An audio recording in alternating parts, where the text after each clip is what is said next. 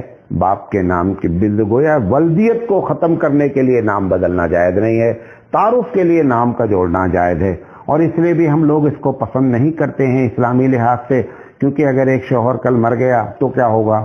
اب آپ پھر اپنا نام چینج کر کے، ایک مرتبہ آپ نے مظفر لگایا تھا، اب لو اٹھا کر کے جنید لگائیے، فلاں لگائیے، اور اگر کہیں کسی نے طلاق دے دیا تو پھر اپنا نام بدلیے، اور ایسے بہت سے عورتوں کے ساتھ 2 3 مرتا ہوتا ہے، تو بیچاری زندگی بھر اپنے نام کو کیا کرتی رہے؟ چینج کرتی رہے۔ اس بنیاد پر بھی نام بدلنا جو ہے وہ اچھا نہیں ہے۔ یہ باتیں جو پوچھی گئی تھی، اور ہاں ایک سوال اور ہے آخری، وہ یہ پوچھا گیا ہے کہ نماز جنازہ میں فرض کیا ہے؟ یہ بھی جواب کئی مرتبہ دیا گیا ہے۔ 2 چیزیں نماز جنازہ میں فرض ہیں، اس کو نوٹ کر لیں، یہ بہت اہم مسئلہ ہے، لوگ جانتے نہیں ہیں۔ نماز جنازے میں جس کی طاقت ہے وہ کھڑا ہو کر نماز پڑھے، نمبر 1۔ نمبر 2، اس میں جو 4 تکبیرات ہیں وہ فرض ہیں۔ اگر کچھ بھی آپ کو یاد نہیں ہے نماز جنازہ میں، تو آپ 4 مرتبہ تکبیر جب امام بولے اللہ اکبر آپ بھی بولیے، اور کھڑے ہو کر کے اللہ اکبر بولیے امام کے ساتھ، تو آپ کی نماز جنازہ ہو جائے گی۔ وآخر دعوانا ان الحمد للہ رب العالمین۔